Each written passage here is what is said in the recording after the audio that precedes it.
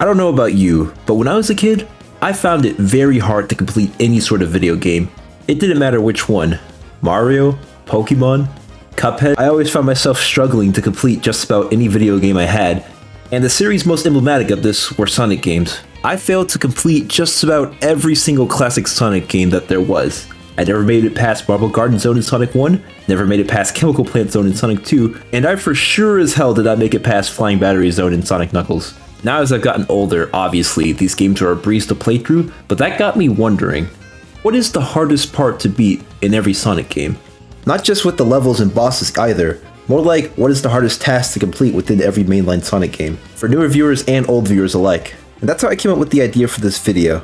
Please do keep in mind that this is obviously all in my opinion, as I know a few of you will definitely point out some of the picks I choose are a bit suspect, but I feel like my experience as a resident Sonic games enjoyer has given me the authority to objectively choose and dictate which portion of every game is the hardest for players. Okay, that's enough with the foreplay. It's time to get into the main video. Here are the hardest parts of every Sonic game.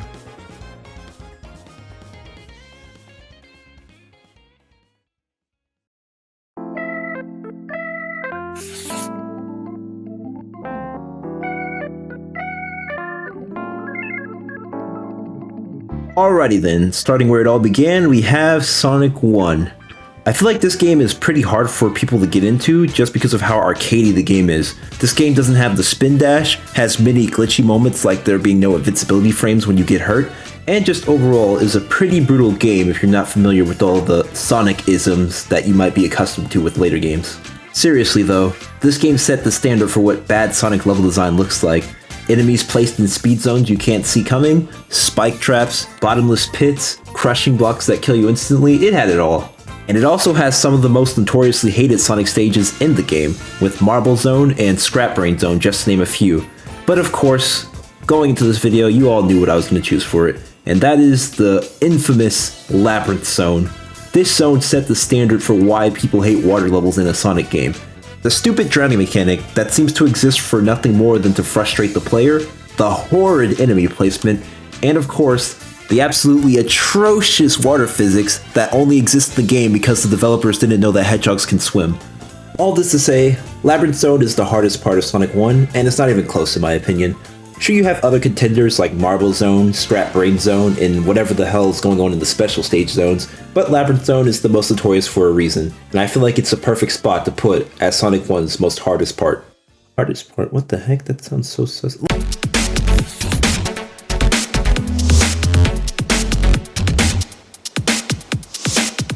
Wow, only on the second game and I'm already about to dish out a hot take. So I know what you guys are all expecting me to say. You're expecting me to talk about Metropolis Zone, maybe Wing Fortress, back-to-back final boss combo of Mecha Sonic, and then the Death Egg Robot thereafter, both with 0 rings each. Those both pale in comparison to what I believe is the most difficult aspect of Sonic 2, and that is those dreaded special stages. For as many times as the special stage model has popped up in Sonic games, there are not a lot of people who talk about how bad the original is. I mean, seriously. First of all, the isometric point of view does not do well with 3D depth perception, especially in a sprite-based art style like Sonic 2's. Because of that, it is really hard to see where these mines are coming and are basically just up to you memorizing the level beforehand if you want to even come close to getting enough rings to complete them. And the craziest part is, this shit starts as early as the second special stage. I remember back in high school, when I was using the school computers to play this game extremely legally, that I had to use a save state just to get past the second special stage. And don't even let me get started on how many attempts it actually took to get all 7 Chaos Emeralds. I'm pretty sure the majority of the game was just me stuck in Chemical Plant Zone and Emerald Coast trying to get all 7 for that entire duration. These stages are vicious. Top that off with the fact that the level design in these seem to be pretty random at times, and if you're playing with Tails, then him getting hurt actually detracts from the overall ring count as well, and you've got yourself a challenge that I have no clue how kids back in the 90s even came close to getting these. You had to either be 1, a god at video games that understands the special stage like the back of his head, or 2, just figuring out the cheat codes that came with Sonic 2 by gossiping with the other kids on the playground. So yeah, probably one of the more controversial takes in this video, but I feel like most of y'all will be able to see where I'm coming from. I understand that Metropolis Zone is a nightmare with its insanely bad enemy placement and the horrible difficulty spike that comes out of nowhere, and Mecha Sonic with the Death Egg Robot being probably the hardest final bosses out of any Sonic game, just because of their back-to-back nature. but I feel like those were meant to be hard as they come at the end of the game, while the special stages for Sonic 2 just feel borderline unplayable.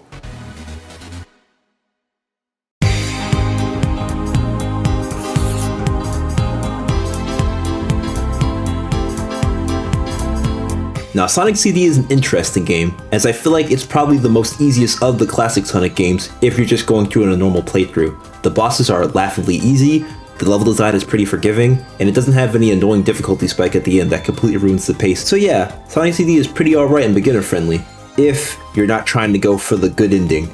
If you are, however, then things get pretty insane and the game's true colors get revealed. So yeah, Sonic CD has this pretty iconic time travel mechanic where you hit a sign for past and future, you go fast for a little bit, and you go to that specific time period in the level. Realistically speaking though, the player would only be going for the past signs, as the future ones will just lead you to a dystopia which you can't do anything and Eggman already won. That brings us to the question of, how exactly do you get the good future in Sonic CD? Well my friend, it's actually pretty simple. All you have to do is go into the past, find this robot generator, and bam, you're done. Destroy it and it will be a good future in the level you do. Just one problem with that. The level design of Sonic CD is pretty notoriously obnoxious and, I'll just say, incoherent at times. In some levels, it's really easy to build and maintain a high speed to go into the past. In other stages, you have to know speedrunner level tricks in order to do the same thing. It's really a coin toss as to what category you'll find yourself in. And might I add, going to the past was the easy part. Now you have to find that dreaded robot generator, which is not easy to do.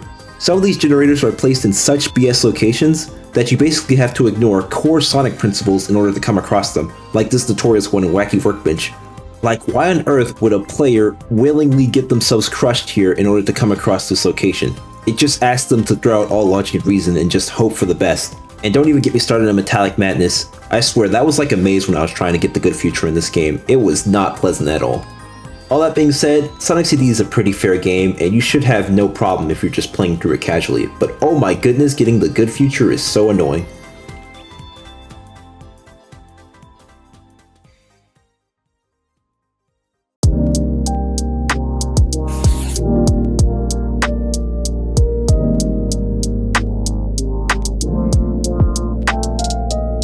Oh wow, Sonic 3 and Knuckles. I wonder what he's gonna choose for the— It's Sandopolis. Obviously, it's Sandopolis. Was this even a surprise? Now, contrary to popular belief, I actually like this level a lot, especially in Act 1, but Act 2's ghost mechanic is just obnoxious, and do I even need to explain why this boss is BS? Yeah, but in all honesty, Sonic 3 and Knuckles is probably one of the most fairest Sonic games, if you're not a complete idiot like me when I was playing it as a kid. It has some hiccups in the campaign, mainly with these boss fights that are ridiculously hard at times, especially Marble Garden Zone, and also the Barrel of Doom, but I feel like that's such an iconic part in the level that no one's gonna realistically come across it and not know what to do. But back in the day, yeah, I definitely would have chose this as the hardest part in 3 Knuckles, hands down. But as it stands, Sandopolis still takes the cake as the most annoying and hardest part of Sonic 3 and Knuckles. I would have put Flying Battery Zone in here because not enough people talk about how atrocious that level is, but I digress.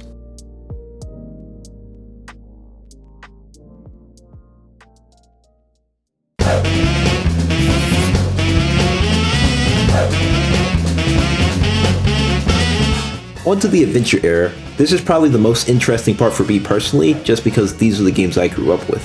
That being said, Sonic Adventure was at that time in gaming where they started to ditch the more archaic game design elements and started making games more completable.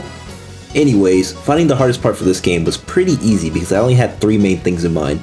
Either A, the entire Lost World level for Sonic, as I know that's a pretty big difficulty spike in the game. B, the final egg puzzle, which you have to do this insane puzzle in order to access the final level. Or C, Big the Cat, and his entire campaign. Honestly speaking though, I've seen some other people complain about Skydeck Zone for Knuckles, and I guess it depends on the emerald cycle you get for this level, because I never had a hard time with it personally. But Big the Cat, oh boy. I constantly have trouble with his levels even though there are only 4 of them in the entire game, and that's mainly due to the fact that the fishing mechanics are so vague and barely explained to the player, making for a terrible gameplay experience. I'm not going to even mention the hellish task of doing the 2,000 gram challenge, which are needed for the golden emblems by the way. I've heard some horror stories about that, man. It is brutal.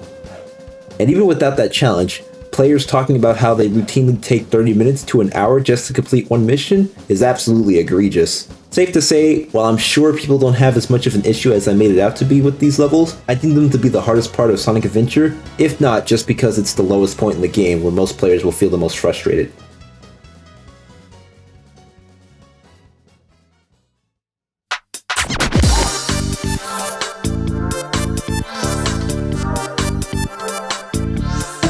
Okay, I'm not gonna lie, finding the most difficult part of Sonic Adventure 2 was not that easy, as there's a lot to pick from.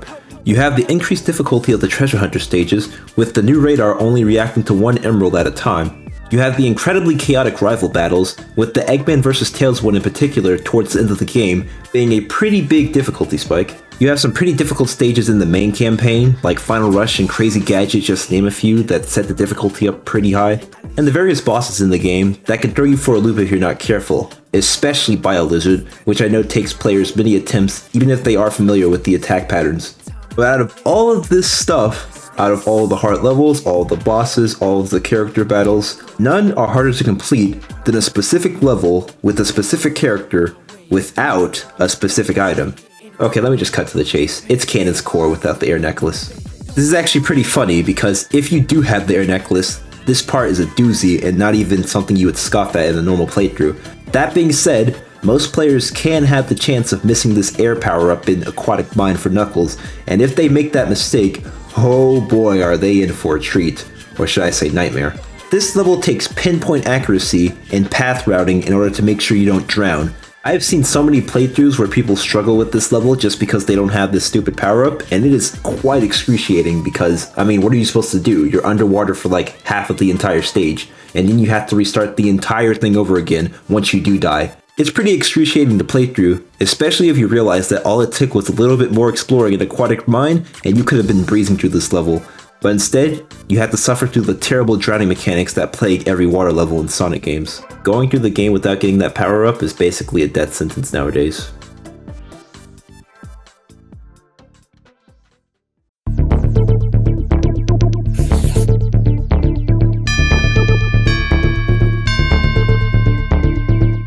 Sonic Heroes, probably one of the most polarizing games in the entire franchise. This one will be a doozy, as I'm sure with this incredibly easy game, any obnoxious and inconsistent parts of the game that bring it to a screeching halt will surely show themselves. And with that, I have easily chosen my pick for this spot on the list, and that is Team Chaotix's playthrough. Just the entirety of their playthrough. See, one of the main problems with Sonic Heroes is that you have to play through the game 4 different times in order to get the true ending of the game. And each of the different teams represent basically a type of difficulty for the game, with Team Sonic being the normal difficulty, Team Rose being the easy mode, and Team Dark being the hard mode. So take a wild guess what difficulty mode Team Chaotix represents in the game. That's right, they're the bullshit difficulty mode. For their playthrough of the game, you have to go through all of the levels again, but this time with new gimmicky BS missions to solve instead of just playing through them normally. I cannot tell you enough just the amount of frustration it is to complete some of these challenges. Also, some of them being completely random, like the one for Mystic Mansion. The amount of people I've seen who just straight up miss most of the collectibles because they're put in such BS places is unfathomable. This is especially grueling when you realize that most players will save Team Chaotix for last because of the order in which they're placed at the main character select screen. Why does that matter, you might ask? Well, as I said before, at this point, the player has probably already played through the entire game 3 times at this point, and now you're expecting them to play through a 4th time, which is made even harder and agonizing to go through, especially if they haven't gotten all of the Chaos Emeralds, which you also need for the final ending. Needless to say, there's not that much contention on this one. I was tempted to put Egg Fleet on here, or even Rail Canyon, just because I think those levels are harder individually, but nah, Team Chaotix counts as a whole other category of the game that you have to complete, and regarding them as that, it's not even close once again. One of the many reasons why I choose not to replay Sonic Heroes, by the way.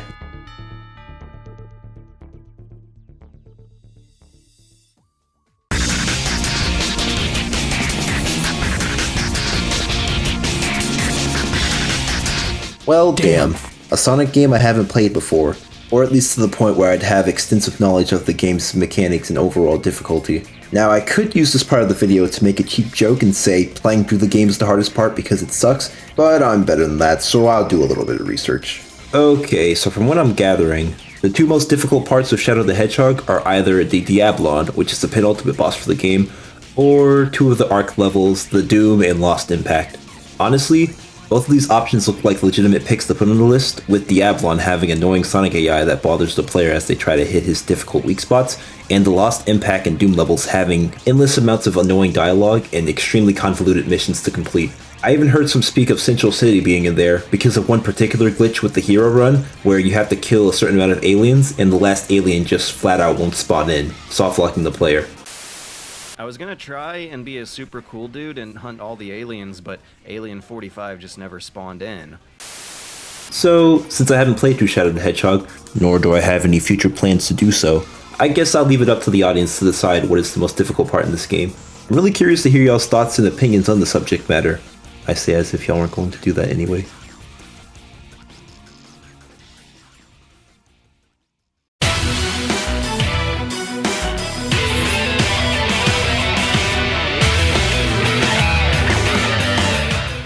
Boy, on to probably the most notorious game on this list, Sonic 2006. And can I just say, what couldn't I put in this list? There is so much to choose from, it's almost like SA2 again. First of all, we just have the endless amount of glitches that make this game a chore to play through. Literally pick any level and it could be the hardest level for any particular person on a bad day. You have inconsistent collision detection, faulty character animations, bad level design, horrid boss design, annoying enemy placement, annoying death trap placement, annoying mechanics, and game-breaking mechanics that make the game a breeze to play through if you know what you're doing. Sonic 06 just genuinely has it all. So in order to give this game justice, I'm going to rank what I believe the top 3 most difficult parts of it are. Number 3, the Silver Boss Battle. Look, I know this is already a meme at this point, as nowadays most people don't have trouble with this boss, but I had to put it on here because it's just so iconic. To the unsuspecting player, his migraine-inducing voice lines, along with the various glitches that can send a player out of bounds or get infinite, forcing them to restart their game, along with the shoddy detection with his range of the telekinesis, make this boss insufferable to go through if you don't know what you're doing. Number 2 has to go to the Mach Speed sections in general, specifically the one in Crisis City, which I have seen many rage compilations on for just how horribly designed they are. Woo! Oh my god! That's the fucking goal ring! It was right fucking there! And it switched the goddamn controls! Seriously, blocking the player's aerial movement when they jump, very good idea when you're going that fast. Especially when you can't react to objects being thrown at you because of the horrendous pop-in and the borderline ice physics-like controls. Also getting insta-killed on any wall parts of these sections, just really nice. And number 1 goes to a pick that I honestly didn't even see coming, but really makes sense if you stop to think about it. And that is the ball puzzle for Silver's campaign in Dusty Desert. Oh boy, the amount of rage quits I've seen on this level are tremendous. Luckily there are glitches to get past this section, but if you're a player that doesn't know about this, then this is by far the most difficult part of the game. Seriously, Silver is already a slow-ass character to use, and forcing him to do tedious puzzles that are cryptic as all get out, and that paired with the already glitchy nature of the game, just makes for a frustrating experience that just had to go on number 1. But as I said before, any choice on this list could be your pick for the hardest part of Sonic 06. It just depends on what type of day you're having, to be honest.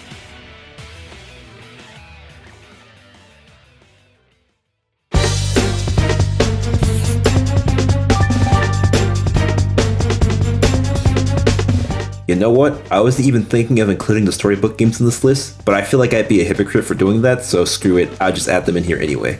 For Sonic and the Secret Rings, the obvious answer is the bad motion controls. Look, I tried to come up with something more creative, but 90% of the reasons why people quit this game early on is just because of how freaking fidgety and unresponsive the motion controls are. Sega really tried to cash in on the motion control fad at the time, and it really didn't help this game in the long run, as the game is borderline unplayable by today's standards. Doesn't help the fact that the game actually has some pretty decent upgrades to Sonic's control scheme, but you have to unlock them by going through the game with the normal horrible one.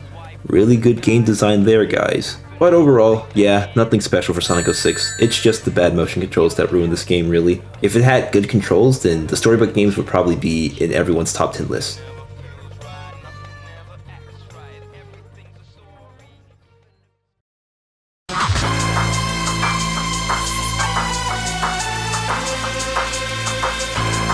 We're finally into the modern era with one of the best Sonic games ever made, Sonic Unleashed. And once again, we have a pretty obvious pick, with this one probably being the most obvious choice in the entire video. Eggman Land. I mean, come on, does this one really need that much explaining? It's Eggman Land. It's the most notorious hard part of a Sonic game. This freaking level throws everything at the player. Bottomless pits, conveyor death traps, QTEs, werewolf Sonic, bad frame rate, endless enemies, an enormous runtime, and an absolutely kick-ass theme that makes you enjoy the entire experience all the way through. Well, at least it did for me. Seriously though, I feel like Eggman Land is the most fair, hard part of a Sonic game, as you basically know what you're getting into when the stage is literally called Crimson Carnival. I feel like this level would be quite the letdown if it wasn't as hard as it is, because what the hell was the game building up to the entire time? Eggman literally won, so his Utopia should probably be one of the hardest places Sonic has ever been through, because it should be completely Sonic proof. And the stage's level design perfectly sells that idea, with most of the terrain that Sonic runs on being super crooked or broken. Jagged metal and fiery pits litter the layout of every single corridor of this masterpiece of a stage.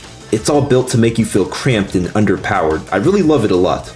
It definitely sells the idea that Eggman finally completed what he has always wanted to, and that is a stage that serves as Sonic's worst nightmare. And worst nightmare it is, if the average runtime for players in this level is anything to go off of. With all that said, I happily place Eggman Land as being the most difficult part of Sonic Unleashed. Besides collecting 128 of the Sun Medals.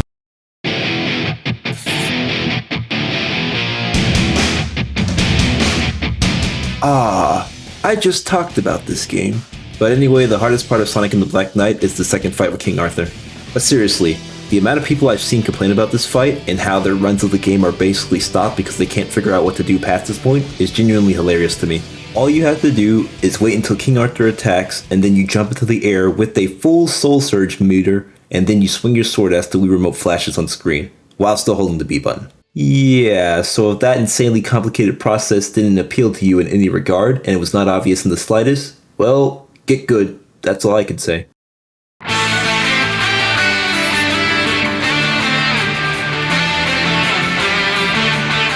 Alrighty then, Sonic Colors. Arguably one of the easiest Sonic games ever created.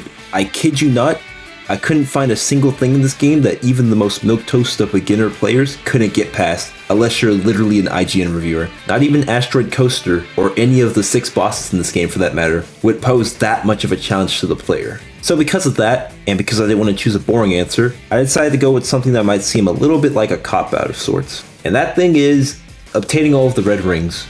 Now I know that sounds bad, because that's technically not a part of the game the player has to engage with, but it's definitely the most difficult thing to do in this game, especially if you're not paying attention to the level design in these stages. Especially in the later levels of this game, some of those red rings are genuinely challenging to get to, especially in Aquarium Park. And since you need the red rings to get Super Sonic, which is something almost all players would want to do, yeah, I'm putting the red rings as the hardest part of Sonic Colors. As I said before, not really a hard video game, it's basically a comfort game, but it's on this list because it's Sonic, so I had to choose something.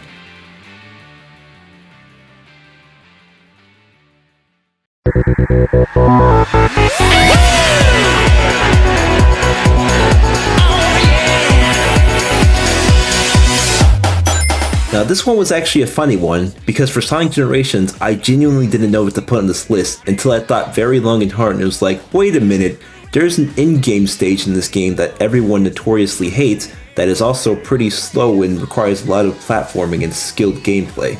I guess the reason I didn't realize it is also because it happens to be one of my favorite stages in the game, Planet Wisp. Planet Wisp, Act 1 or Act 2, has a reliance on precision platforming and timing-based challenges, which is especially difficult to master in classic Sonic's gameplay because most of the players up until this point have just been spamming X. Top that off with a combination of tight spaces, fast-moving platforms, and hazardous obstacles, and it makes progressing through this level slow and laborious, adding to the level's reputation as one of the most difficult stages in Sonic Generations. But I'm now curious, do you guys think that Planet Wisp is still an annoying stage to slog through, or do you recognize it for the aesthetically pleasing, lush, and intricately designed industrial level that it is? I'd be happy to hear your overall thoughts.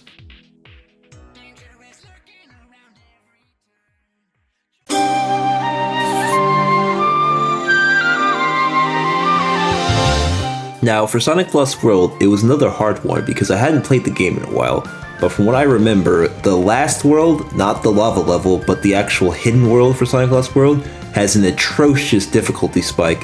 Insane platforming challenges, crazy new gimmicks, that Tails flying section, the works. I was initially going to put Frozen Factory Zone 2 on this list for its annoying snowball gimmick and how frustrating that can be at times, but honestly that's more annoying than hard, and you get used to it after a while. There's also the Zavok boss fight at the end of that cloud world, with some of the levels in there being pretty difficult, but no, it's nothing compared to the hidden level. That place is atrocious.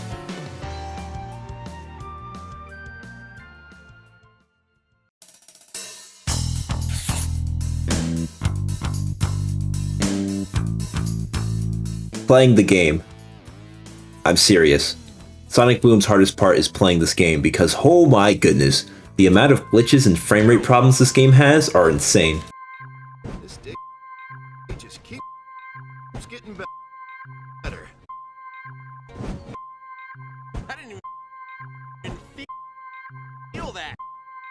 But since I gave Sonic 06 a legitimate choice, I guess I'd give Sonic Boom one as well. If I had to be completely serious, I would say some of the overworld puzzles are a bit baffling and cryptic at times. Specifically towards the end of the game, I remember I had a hard time finding out what to do and was basically just taking shots in the dark as a kid. But in terms of the levels themselves, they're nothing to write home about. After all, there are literally no lives in the game, so you can die an infinite number of times. Combat system is pretty rudimentary, all things considered, and the puzzles that are actually in the levels themselves are really easy to do. Ironically enough, this is actually one of the easiest Sonic games out there, barring the open world puzzles that I just mentioned, and the insane willpower you need to actually keep playing the game.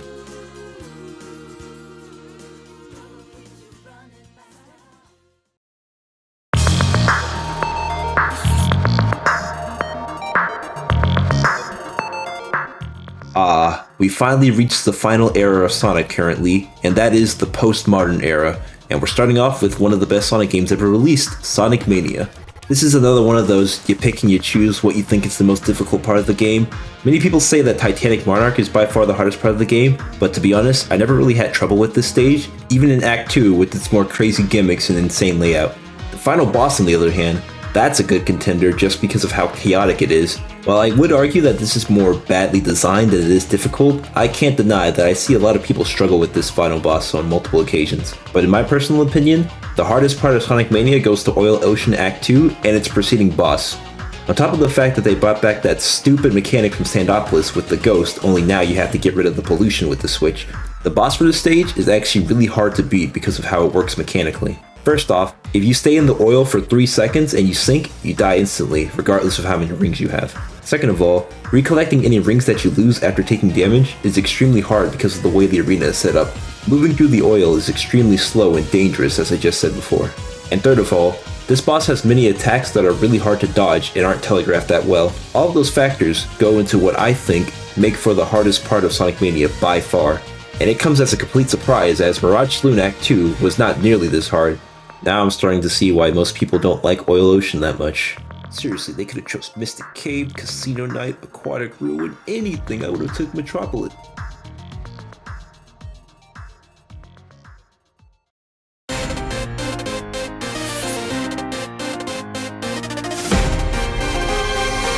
Having fun.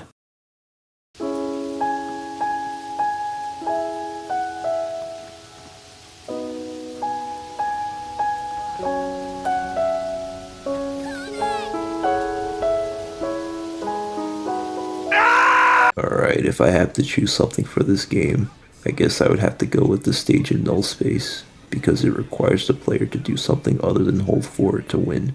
And also there's a section where I think you have to actually press the jump button to progress.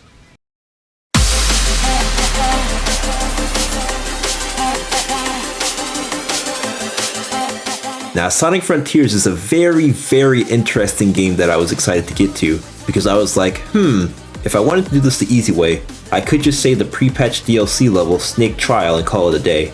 But not everyone has bought the DLC for Sonic Frontiers, and like I said before, that was more of a glitch than it was intended, so I would have to go with what a close relative of mine said was one of the hardest parts of the game, as well as a consistent site for frustrations that I've seen in most other players. And that is this stupid pinball minigame. Seriously, the amount of posts I've seen raging about this part of the game and how many people says that it single-handedly brings the game down a score is equally hilarious as it is genuinely sad to see. The outrageously high score limit needed to actually beat this game, that paired with the general annoyance that most pinball gimmicks in Sonic have, makes for probably the most frustrating experience in the game, and it completely drags the player out of the experience as there's no rhyme or reason for why this exists in the first place. The game just goes, hey, here's a random pinball minigame, and watches the player struggle in agony as it tries in vain to justify its own existence. This occurring towards the end of Sonic Frontiers' campaign doesn't help its case out either, as it's just another thing added onto the list of innumerable problems that plague Sonic Frontiers' later half. Way to screw up at the finish line, guys.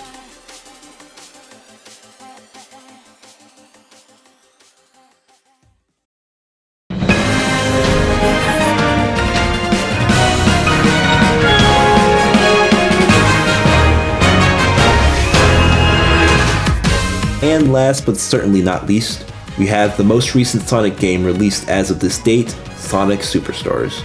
Yeah, to end off this enormous list, I guess the simplest thing to say about Sonic Superstars is that the final boss is appropriately the hardest part of the game, as I've discussed in my Sonic Superstars comparison video, and this boss fight at the end of Egg Fortress is the primary example of that, as well as its worst offender by far. With the endless attack cycles that go on forever, the poorly telegraphed platform destruction that leads to players' unceremonious death, and the waiting, oh, just the constant waiting.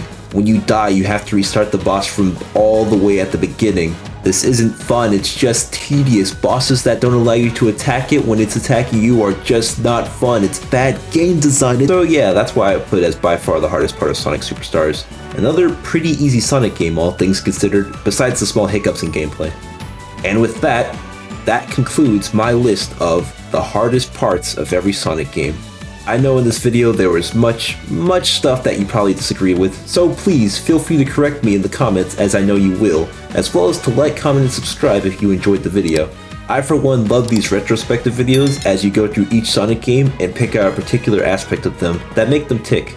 I know I surely enjoy these types of style videos, so I'm sure you will too, hopefully. With all that being said, I'll see you next time. Peace.